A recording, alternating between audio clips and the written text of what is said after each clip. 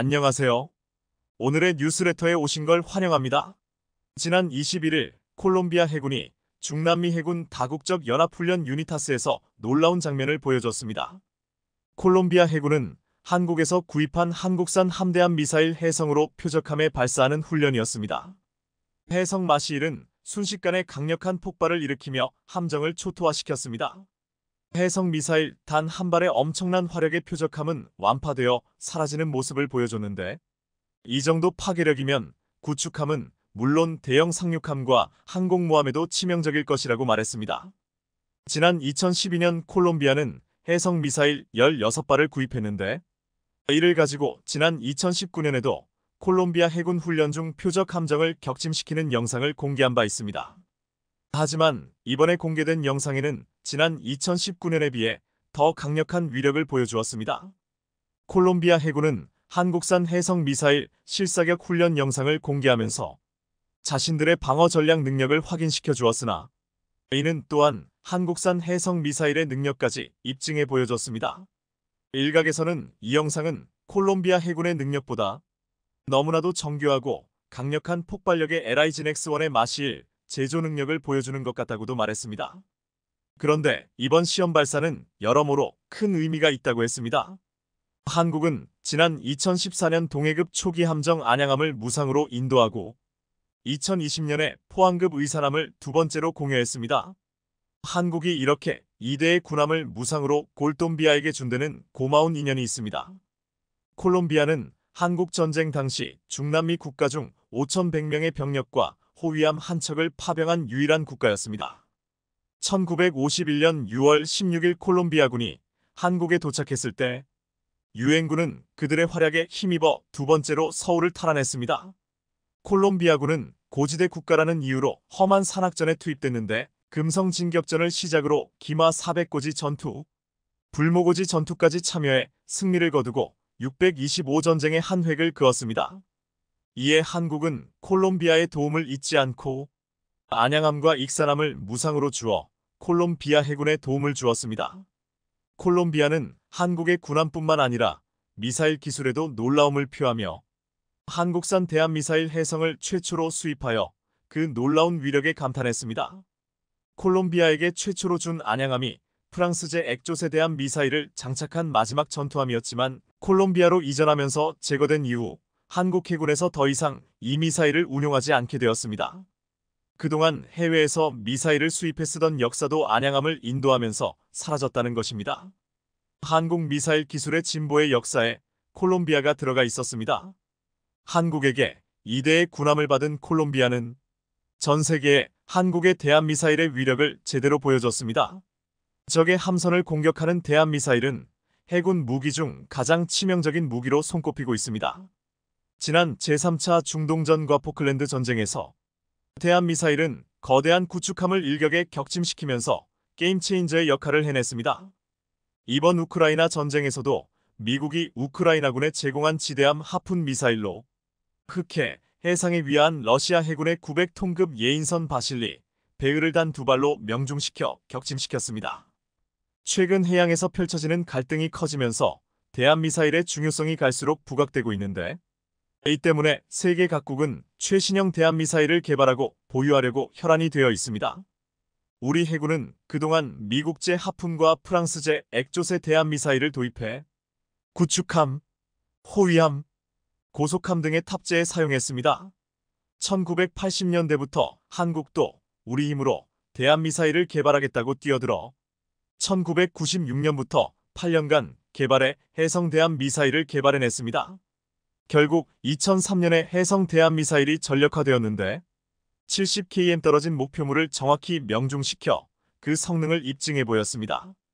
2012년 열린 림팩 훈련에서 해성은 실사격 100% 명중률을 기록했는데, 업계에서는 유사 무기체계인 미군의 하푼 대한미사일, 프랑스 액조세 대한미사일을 능가하는 성능으로 평가할 정도였습니다. 세계적인 대한미사일들과의 경쟁에서도 뒤지지 않는 능력을 가진 해성은 세계 각국에서 러브콜을 받고 있는데, 중남미 국가인 콜롬비아에서 해성 대한미사일을 가장 먼저 도입했습니다. 국산 미사일로는 최초의 수출이었습니다. 해성 대한미사일은 성능 면에서 경쟁 대한미사일들을 능가하면서도 우리에게 경제적 이익까지 가져다 주었습니다. 비록 하품보다 비싸지만 미사일 수입에 들어가는 외화 1조 원 이상을 아꼈다고 했습니다. 또한 성능 개량을 독자적으로 진행하고 가성비 높은 무기 체계를 국산화시켰습니다. 우리가 해성 미사일을 두 번째로 수출한 국가는 콜롬비아처럼 한국산 군함을 공여받은 필리핀입니다. 한국은 625 전쟁 당시 아시아 국가에서 가장 먼저 파병한 필리핀에게 그동안 많은 무기들을 공여해왔습니다. 한국은 2019년 필리핀에 포항급 초계함 충주함을 무상으로 주었습니다. 충주함은 1987년에 취역한 오래된 함정이나 76함포 이문회에 40기관포, 324어뢰 등을 무장하여 당시 필리핀이 보유한 어떤 해군 함정보다 강력해 졸지에 필리핀 해군의 최고의 자산이 되었습니다. 이에 필리핀은 보은의 성격으로 현대중공업에 7천억 원의 초계함 2척을 주문했습니다. 이때 주문한 1번함이 2019년 5월 23일 필리핀 영웅 호세 리자로 JRIJL이란 이름이 붙여지며 지수되어 6월 15일 필리핀 해군에 인도되었습니다. 필리핀 해군에서 유도탄 운용 능력을 갖춘 함정은 호세 리자람이 처음이었는데 여기에 대한민국산 무장으로는 해성 대한미사일 4발과 청상어 경어뢰가 장착된 것으로 알려졌습니다. 필리핀은 반군 소탕에도 호세 리자람이 쓰여지겠지만 해성 대한미사일 4발이 장착되어져 있다 보니 중국과 전쟁 가능성이 높아지거나 주변 국가들의 해군력과 대치를 할 때 강력한 위력을 발휘할 것이라고 했습니다. 이번 콜롬비아의 시험 발사 성공에 필리핀은 웃고 중국은 울상을 지었을 것이라고 했습니다. 중국은 동남아 국가들에게 무기를 팔아서 이익을 챙겨왔지만 우리가 필리핀에게 현대식 함정을 주는 것을 반대하며 노골적으로 항의하기도 했습니다. 현재 남중국해 막대한 석유 자원이 매장된 것으로 알려진 스카버러 섬중국명 황앤다오가 스프레틀리 군도 중국명 난사군도 등 두 나라 사이의 산호초 군락섬들이 중국과 필리핀의 분쟁 무대입니다. 특히 지난해 이후로는 중국이 이들 섬 지역에 군사시설 건설을 강행하고 인근 해역에서 필리핀이 미군과 합동해상훈련을 벌이는 등 긴장이 정점을 향해 달리는 상황입니다. 이에 한국이 인도한 호세리자람과 해성 미사일이 필리핀 해군에 큰 전력 증강을 시켜주었다고 했습니다. 한국은 해성 대한미사일 이후 더 강력한 미사일을 만들었습니다. 해성2는 해성1의 초음속 버전으로 현무삼 순항미사일을 기반으로 함정에서 운용할 수 있게 개량한 함대지 순항미사일입니다. 해성1은 사거리가 150km로 속도는 마 0.70, 9의 아음속이지만 해성2는 사거리가 500만 1500km이고 마 1의 초음속 미사일입니다. 해성2는 한국형 구축함 DDH-34,400T급 가운데 왕건함에 최초 탑재됐으며 세종대왕함 등 이지스함 DDG-760I도 실려 있습니다. 왕건함에는 10여 발, 세종대왕함에는 30여 발의 해성2가 탑재된 것으로 알려졌습니다. 해성3 미사일은 잠대지 순항 미사일로 사거리가 1000km 이상인 마 2.5의 속도로 완벽한 초음속 미사일입니다. 이는 손원 1급 5번함 윤봉기람에 최초로 배치되었고 도산 안창호급 잠수함은 6발 이상의 잠대지 순항미사일을 동시에 발사할 수 있습니다. 해성3 미사일은 이렇게 2013년 2월 실전 배치되어 북한 전역을 타격할 수 있는 능력을 갖추고 있습니다. 해성을 기반으로 전술함대지 미사일 해룡도 개발되었습니다. 해룡은 해군 호위함에서 적의 해안과 지상의 표적을 타격하는 정밀 유도무기 체계입니다. 2011년부터 7년간의 연구개발 끝에 2017년 시험평가 전 항목 기준을 충족하여 전투용 적합 판정을 받았는데 GPS와 관성항법 유도장치를 장착해 적 연안 근접 표적 및 지상의 주요 전술 표적을 정밀하게 타격할 수 있습니다.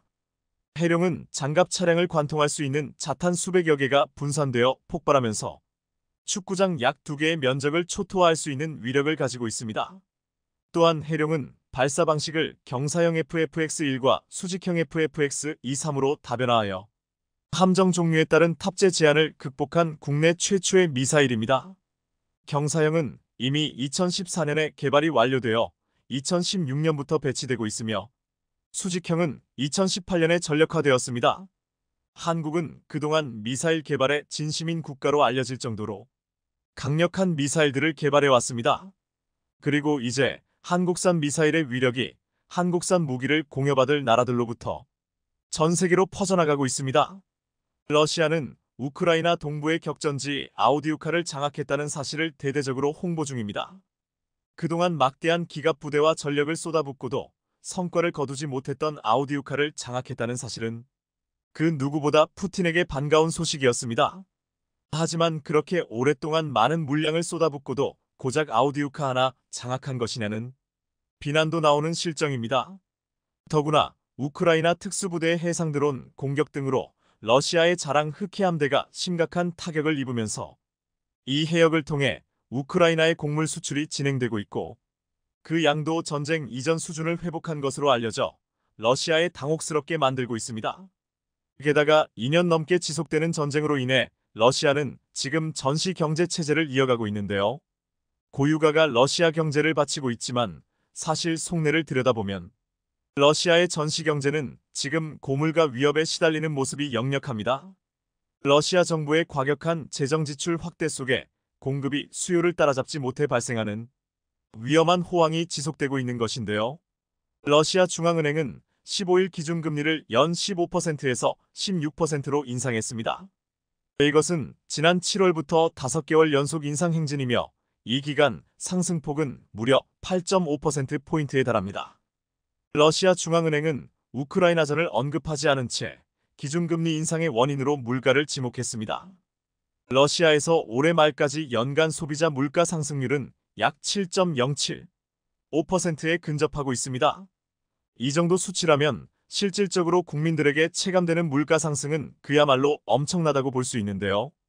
러시아 중앙은행 역시 급격히 개입하지 않을 경우 자국 경제가 버텨내지 못할 것이라는 진단까지 꺼냈습니다. 엘비라 나비울리나 러시아 중앙은행 총재는 경제가 자동차라고 생각해보라. 성능보다 빠르게 달리려고 하면 엔진이 과열돼 멀리 가지 못할 것이다. 라고 설명했습니다. 서방 전문가들은 러시아 경제가 우크라이나전 때문에 위험한 수준으로 과열되고 있다고 더 근본적인 원인을 지적합니다. 영국 이코노미스트는 러시아가 전쟁 직후부터 고물가에 대처해왔으나 이제는 통제력을 잃어가고 있는 형국이라고 지적했습니다.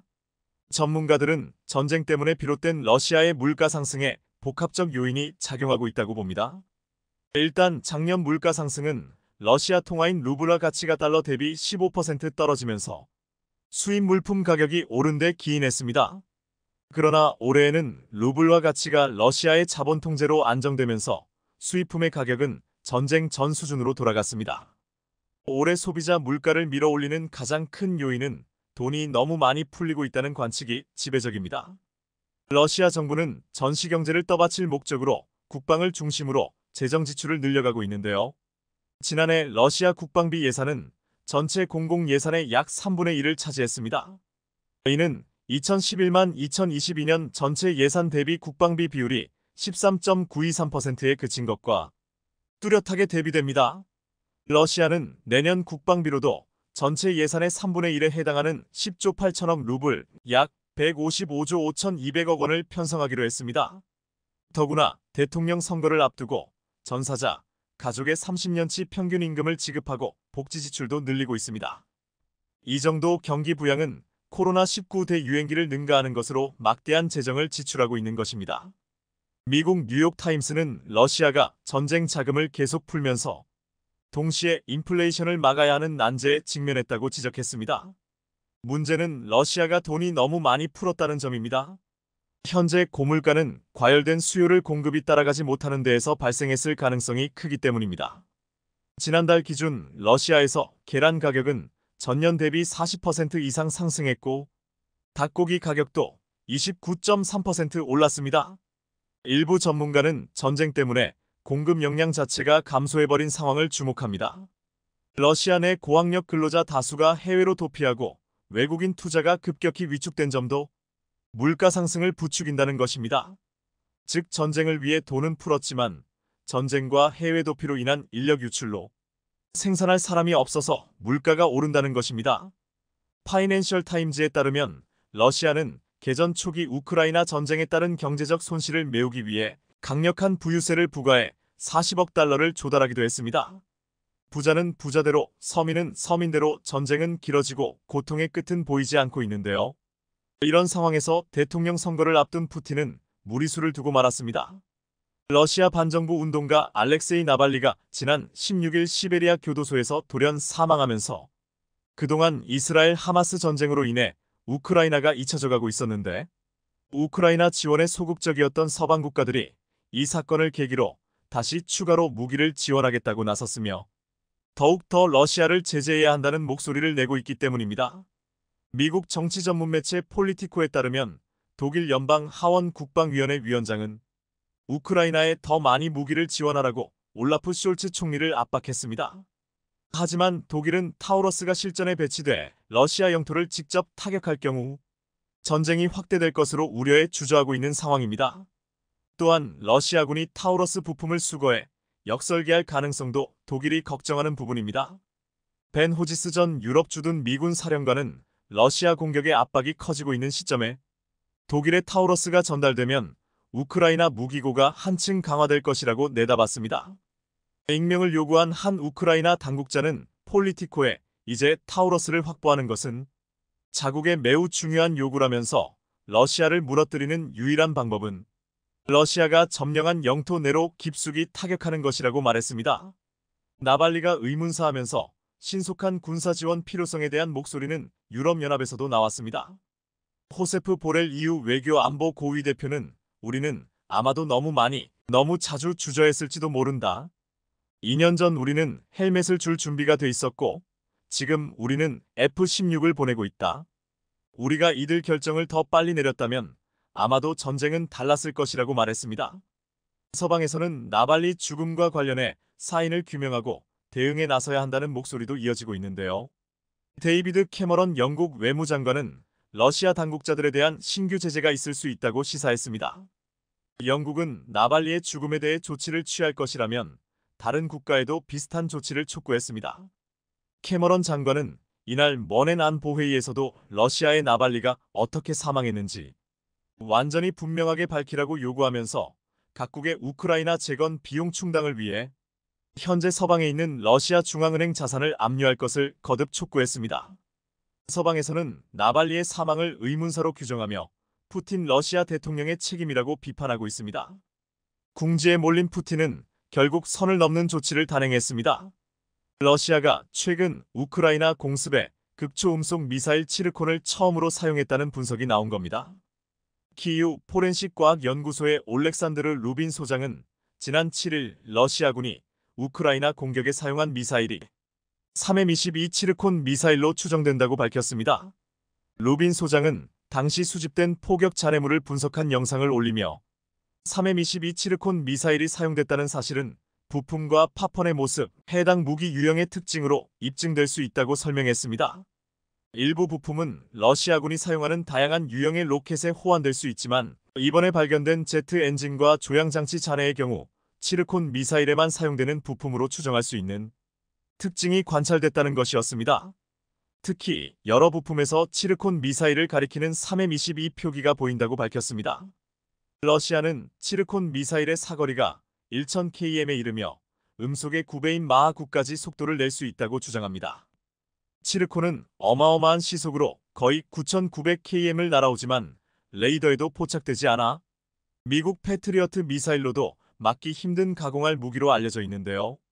러시아가 만일 우크라이나의 치르콘 미사일을 사용한 것이 사실로 확인될 경우 우크라이나전은 또 다른 양상이 될 수도 있습니다. 일단 우크라이나 입장에서는 상대적으로 취약하다는 평가를 받는 방공망 전력을 보강할 필요성이 더욱 높아질 것으로 보입니다. 일각에서는 치르콘 극초음속 미사일은 생산 비용이 너무 높아 러시아도 충분한 양을 생산하지 못했을 가능성이 크다며 이 미사일 사용은 우선순위에 있어 러시아 지상군 재건에 밀릴 가능성이 크다고 분석하기도 하는데요. 워낙 기갑 부대와 지상군을 아우디우카에 쏟아부어 안 그래도 지상군 재건이 시급한 러시아가 한 발만 쏴도 비용이 어마어마한 치르콘을 우크라이나 전에 사용하기에는 너무 위험 부담이 클 것이란 겁니다. 또한 러시아의 극초음속 미사일이 과대 포장되었고 실전에서 사용하기 어렵다는 분석도 있습니다. 러시아가 아직까지 치르콘 미사일 발사 이후 어떤 성과를 거뒀는지 발표하지 않고 있기 때문입니다. 중간에 격추되었을 수도 있고 엉뚱한 곳에 떨어졌을 가능성도 있습니다. 분명한 사실은 제대로 활약했다면 러시아가 이처럼 조용하지 않을 것이기 때문입니다. 과연 러시아의 극초음속 미사일은 엄청난 위력을 가지고 있는 것인지 아니면 과대포장되어 실전에서 쓸 수 없는 수준인 것인지 정확한 사실은 러시아만 알고 있을 것입니다. 미국 주도의 대중국 반도체 제재로 인해 코너에 롤린 중국이 금기야 한국과 반도체 협력을 하기로 했다는 내용을 일방적으로 발표하는 무리수를 두면서까지 한국에 매달리고 있습니다.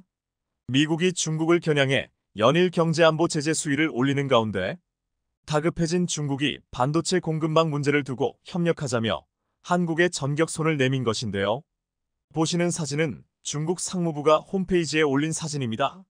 미국 디트로이트에서 한국 통상교섭본부장과 중국 왕원타오 상무부장이 회담한 뒤 기념 촬영을 한 모습을 이례적으로 올렸습니다. 그러면서 중국 상무부는 미국 디트로이트에서 열린 아시아 태평양 경제협력체 통상 장관회의에서 왕원타오 상무부장이 한국의 산업통상자원부 통상교섭본부장과 만나 반도체 공급망 문제 등을 논의했다. 양측은 반도체 산업망과 공급망 영역에서 대화와 협력을 강화하는 데 동의했다. 고 밝혔습니다. 하지만 이것은 사실이라고 보기 어렵습니다.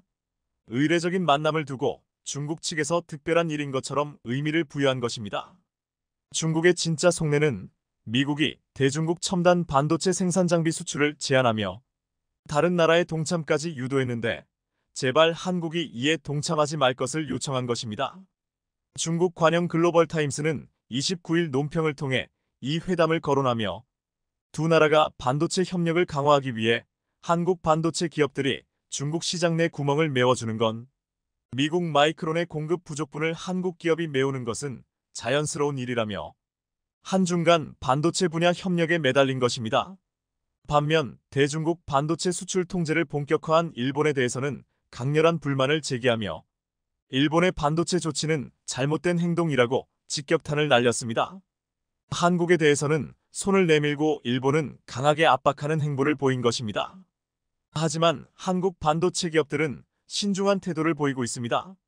실제로 중국 상무부가 발표한 반도체 공급망 협력이라는 문구는 한국 측 발표에는 빠져 있었습니다. 그간 중국이 보여온 태도를 보면 허울 좋은 유화책을 믿기 어렵기 때문입니다. 상황이 조금만 달라져도 언제 그랬나는 듯 태도를 바꿔온 것이 바로 중국입니다. 그립대 최근 중국의 반도체 사정이 정말 심각하긴 한 모양입니다. 최근 서진핑 주석은 문집을 통해 반도체 기술 자강을 외치면서 한편으론 한국의 반도체 협력을 제한하는 모순적 태도를 보였습니다. 시 주석은 지난 3월 양회 때 당 중앙과학기술위원회를 신설하기로 결정하고 반도체 등 핵심 기술과 관련된 돌파구 마련을 위해 이 문제를 자신이 직접 독려하겠다는 의지를 피력한 바 있습니다. 하지만 한쪽에서는 기술 자강을 외치면서 다른 한쪽에서는 한국에 구애를 하는 이중적인 태도를 보이고 있는데요. 그 이유는 현재 중국 반도체 기업들이 엄청난 속도로 추락 중이기 때문입니다. 중국 최대 파운드리 업체인 SMIC 중심거지는 지난 1분기 암울한 성적표를 받았습니다. 1분기 매출이 작년 같은 기간 대비 20.6% 나아 금감했던 것입니다. 더구나 SMIC는 14나노 이하 미세공정 반도체 고객사 수주와 반도체 생산 자체를 사실상 중단한 것으로 전해졌습니다. 대만 디지타임스 등 외신 보도에 따르면 SMIC는 공식 홈페이지에서 14나노 파운드리 기술과 관련한 설명 페이지를 삭제한 상태입니다. SMIC는 제2의 TSMC를 꿈꾸던 중국의 대표적인 반도체 파운드리 기업이었던 만큼 현재 중국 반도체 업계가 얼마나 심각한 상황에 처해 있는지를 단적으로 보여주고 있습니다. 미국 정부가 강도 높은 규제를 앞세워 SMIC의 반도체 장비 및 기술 확보를 압박하자 첨단 반도체 대신 구형 레거시 반도체라도 집중하는 쪽으로 방향을 튼 것으로 보입니다. 공식적으로 발표되지는 않았지만 과거 SMIC는 7나노 미세공정으로 반도체를 제조했다는 소문이 돌 만큼 파운드리 기술력에서 TSMC와 삼성전자를 빠르게 추격하고 있었습니다. 하지만 이러한 SMIC의 급성장은 중국 반도체 성장을 경계하던 미국 정부가 수출 규제를 더욱 강화하는 원인으로 작용하게 됐습니다. SMIC가 중국의 첨단 미세공정 반도체 자급 체제를 구축하게 되면 인공지능 등 신사업에서 중국이 두각을 나타낼 가능성을 우려한 것입니다. 사실 반도체는 글로벌 협력이 필수적인 산업입니다. 해외 기술과 장비가 없으면 SMIC는 외국 기업과 경쟁할 수 없습니다. TSMC와 삼성은 2018년부터 7nm 칩을 생산하기 시작했으며 두 회사 모두 이를 위해 SMIC에는 없는 ASML의 EUV 스캐너를 사용했기 때문입니다. 전문가들은 앞으로 적어도 5년 안에는 SMIC가 5nm 또는 3nm 칩을 생산하기는 힘들 것이라고 전망합니다. EUV 장비가 없으면 불가능하기 때문입니다. 따라서 SMIC가 삼성전자와 격차를 좁히려면 적어도 10년 이상의 시간이 걸릴 것으로 예상하고 있습니다. 이처럼 중국 반도체 산업이 완전히 몰락의 길로 접어들자 중국 내부에서도 시진핑 정부에 대한 자성론이 나오고 있습니다. 미국과 관계가 파탄에 이른 것은 미국 탓이 아니라 중국 스스로의 책임이다. 이 말은 미국에서 나온 말이 아니라 놀랍게도 중국 상해교통대의 한 교수가 한 말입니다. 주인공은 상해교통대의 후웨이 교수입니다. 후웨이 교수의 이 발언은 현재 중국을 뜨겁게 달구고 있습니다. 미중 관계 악화의 원인으로 중국을 지목하면서 중국 스스로 고립되는 일을 자처해서는 안 된다고 주장했기 때문입니다. 물론 후웨이 교수 이런 발언에 대해 중국에서 가만히 둘 리는 없습니다. 이 발언이 알려지자 애국심에 불타는 주요 매체의 용단 폭격이 쏟아졌습니다. 하지만 과거와 달리 중국 반도체 업계에서는 후웨이 교수의 발언에 공감하는 반응도 나오고 있습니다.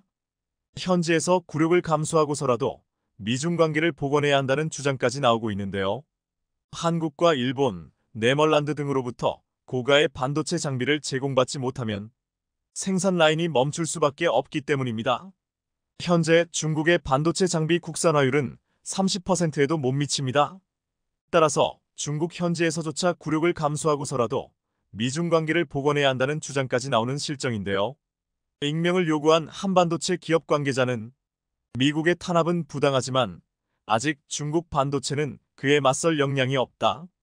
제재 이후 주요 기업의 가동률이 줄줄이 하락하고 있다. 라고 한숨을 내쉬었습니다. 상황이 얼마나 심각했으면 중국 반도체 산업협회는 중국 정부가 직접 나서달라고 공개적으로 촉구했고 중국 상무부가 한국을 붙잡고 구애하고 있지만 효과는 미지수입니다. 반도체 멸망이 원인이 되어 중국 정부의 입장에 반하는 목소리를 내는 교수까지 등장하고 중국 상무부는 한국에 손을 내밀었지만 그럼에도 중국은 앞과 뒤가 다른 행보를 보이고 있습니다. 앞으로는 손을 내밀지만 뒤에서는 여전히 한국의 반도체 인력을 빼가고 있기 때문입니다. 심지어 최근 들어 그 수법은 아주 대담해졌습니다. 중국이 반도체 개발 분야의 고급 인력을 스카우트하기 위해 삼성전자와 SK하이닉스, 대만 TSMC 등의 공장이나 사옥 앞에서 잠복까지 하면서 한국 인력들과 직접적인 접촉까지 하고 있다는 사실이 알려진 것인데요. 중국 반도체 직원들은 퇴근 시간대에 한국 반도체 인력들에게 접근해 한국 기업에서 받는 연봉 이상의 웃돈을 제시한 뒤 함께 일하자는 제안을 하고 있습니다.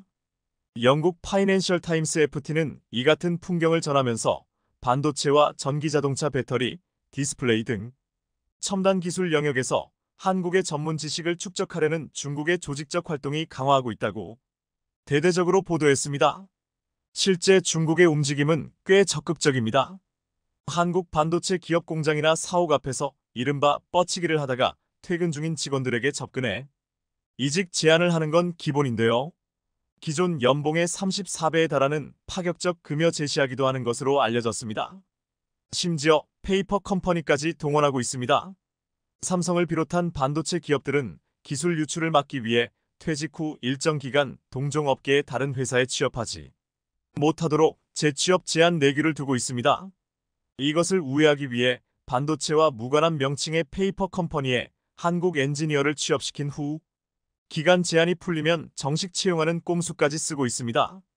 중국 기업으로 이직한 엔지니어 입장에선 잠재적인 첨단 기술 유출범이라는 주변 시선이 신경 쓰일 수밖에 없습니다. 따라서 이런 생리를 잘 아는 중국 기업들이 가짜 명함까지 만들어주는 경우도 많다는 것입니다. 중국의 저질스러운 1차 원적 꼼수를 한국은 시스템으로 방어하고 있습니다. 한국은 반도체 엔지니어 데이터베이스를 만들어 이직 및 출입국 현황을 모니터링하고 있으며 기술 유출 방지를 위한 신규 조사 기관 설립 등 대책도 추진하고 있습니다. 정말 한국의 협력이 절실하다면 중국은 먼저 한국과 신뢰부터 쌓아야 할 텐데요. 적어도 뻔뻔한 인재 유출부터 중단하고 나서 한국의 반도체 협력을 제한하는 게 순서 아닐까 싶습니다. 중국의 전력난이 심각해지면서 그 후폭풍은 일반 가정에까지 몰아치고 있습니다. 전력난 초기에는 전국의 제조업체에만 영향을 주었지만 중국 헤이룽장성, 지린성, 랴오닝성의 경우 지난 25일부터 대규모 정전 사태가 발생해 심각한 타격을 주고 있습니다.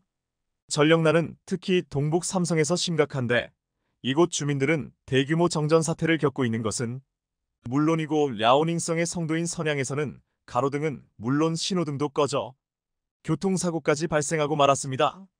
엘리베이터가 멈추고 제조업 공장들이 줄줄이 가동 중단에 들어가고 있는 가운데 랴오닝성 펑우 이주업 유한공사 공장에서는 가스 누출 사고로 23명이 가스에 중독되는 사고까지 발생했습니다.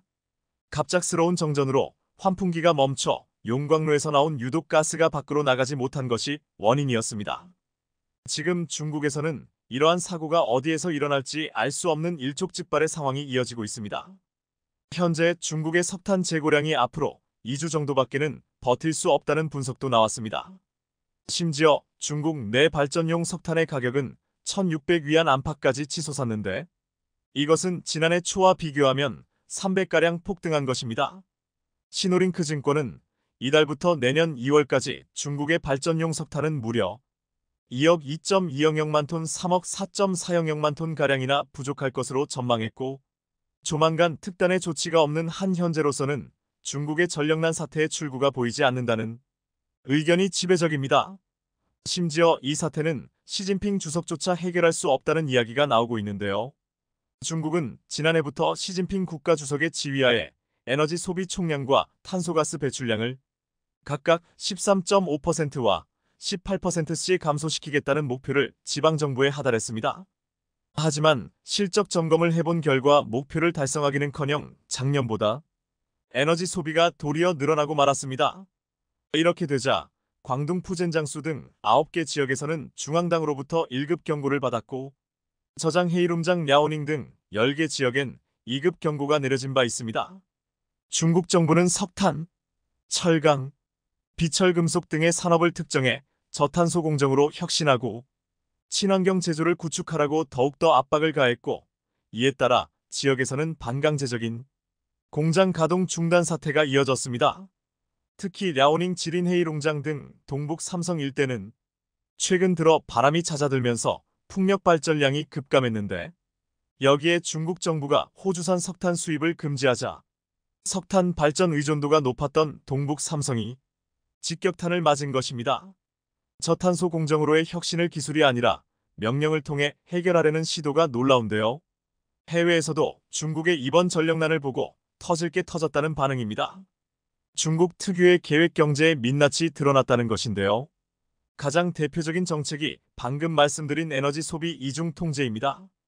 중앙정부인 국무원이 그냥 올해 GDP 대비 에너지 소비량을 작년보다 3% 줄이는 목표를 제시하면 각 지방 지도자들은 연내에 이 목표를 반드시 달성하기 위해 어떻게든 방법을 강구해야만 하기 때문에 9월 중순부터 전기 공급을 줄이거나 아예 끊어버리는 전기 배급에 나섰습니다. 그 결과 현재와 같은 사태가 벌어진 것입니다. 동북 삼성의 대정전 사태가 전국적인 핫 이슈로 부상하면서 민심이 크게 동요하자 중국 당국도 걱정은 되는지 긴급 성명을 내놨습니다. 시진핑 총서기의 에너지 안보에 관한 지시에 따라 기본 민생용 전력 수요를 보장하면서 최대한 전력 공급 상황을 피하겠다. 사실 이번 전력 대란의 출발은 시진핑 주석이 주창한 탄소 배출 저감 정책이었는데 대정전 사태의 해결도 최고 지도자인 시진핑 주석의 은혜로 선전되는 것이 바로 중국입니다. 이 같은 사례는 사실 과거에도 있었습니다. 현대 중국의 역사에서 계획 경제의 경직성이 가장 큰 비극적 결과를 초래한 것은 마오쩌둥 집권기에 추진된 대약진 운동 때였습니다. 당시 중국 전역이 중앙이 하달한 철강 생산량이라는 목표 달성에 꼴모란 나머지 멀쩡한 기계와 농기구를 용광로에 넣고 쓸모가 없는 저질철을 생산했는데, 이러한 어리석은 정책으로 결국 경제가 피폐해지면서 수천만 명이 아사하는 비극으로 이어졌던 것입니다. 일각에서는 이번 전력 대란 사태야말로 작은 문제가 커져서 커다란 사태로 비화할 때까지 누구도 용감하게 나서 노선 수정을 건의하기 어려운 사회주의 체제의 한계를 보여줬다고 분석합니다. 이번 전력난은 중국에 투자한 글로벌 기업들에게도 막대한 피해를 주고 있습니다. 테슬라의 부품을 공급하는 업체와 폭스콘 계열사, 세계 최대 파운드리 TSMC를 포함해 대만 제조 공장 상당수도 멈춰버렸습니다. 그런데 이번 전력난으로 누구보다 직격탄을 맞은 곳은 애플과 대만입니다. 중국 내 애플 파트너 업체들이 공장 가동을 중단했기 때문입니다. 아이폰용 마더보드를 만드는 유니마이크론 테크놀로지는 세계 자회사의 가동을 중단했고, 스피커를 만드는 콘크래프트 홀딩도 가동을 중단했습니다. 애플 제품을 조립하는 대만 폭스콘의 자회사 이순정밀 공업 역시 중국 장수성 쿤산 공장 라인을 중단했습니다. 이 사태가 장기화되면 될수록 아이폰 13 초기 공급 물량에 커다란 차질이 발생할 우려가 나오고 있는 것인데요. 애플은 삼성 폴더블폰의 세계적인 흥행에 안 그래도 마음이 급할 텐데 공장이 멈춰서는 암초까지 만난 것입니다. 그런데 특이하게도 한국의 반도체와 배터리 기업들은 멀쩡히 가동되고 있습니다.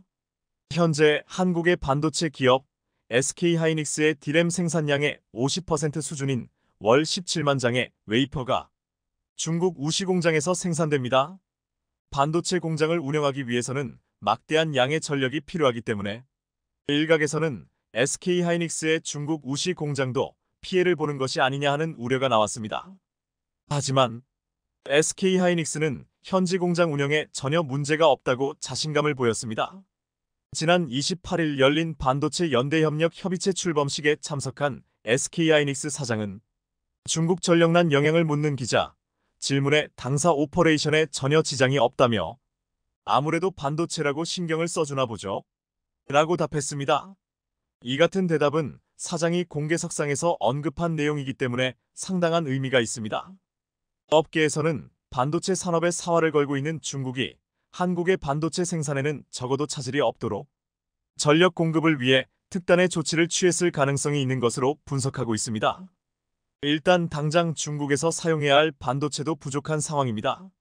중국의 국영 반도체 기업 칭화윤이마저 파산한 상황에서 한국의 반도체 공급마저 끊어진다면 중국 산업 전체가 멈출 수도 있습니다. 또한 글로벌 반도체 부족의 책임이 중국에게 돌아갈 수도 있습니다.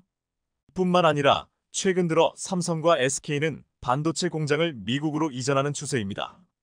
이런 상황에서 전기마저 끊는다면 중국 지방정부의 막대한 예산과 고용을 책임지는 한국 반도체 기업들이 순식간에 빠져나갈 수 있는 빌미를 제공하게 됩니다. 이 밖에도 LG화학과 LG에너지솔루션은 중국 장수성에 2차전지, 양극재 생산 공장과 배터리 생산 공장을 각각 두고 있지만 전력에 대한 문제 없이 공장을 가동하고 있는 상태입니다. 결국 중국 입장에서 자국민이 죽어나가고 민심이 악화되는 상황에서 대만, 일본, 미국 기업이 전력은 끊어도 한국 기업들의 눈치를 보며 어떻게든 전력을 제공하고 있는 상황이 되었습니다. 중국 시진핑 주석은 내년 2월 베이징에서 열리는 동계올림픽 때 전 세계의 베이징의 푸른 하늘을 보여주겠다는 계획을 갖고 있습니다. 친환경, 저탄소 경제의 성과로 맑은 하늘을 과시하려는 것입니다. 그런데 이 때문에 오히려 대정전 사태라는 국제적 망신만 당하고 말았습니다.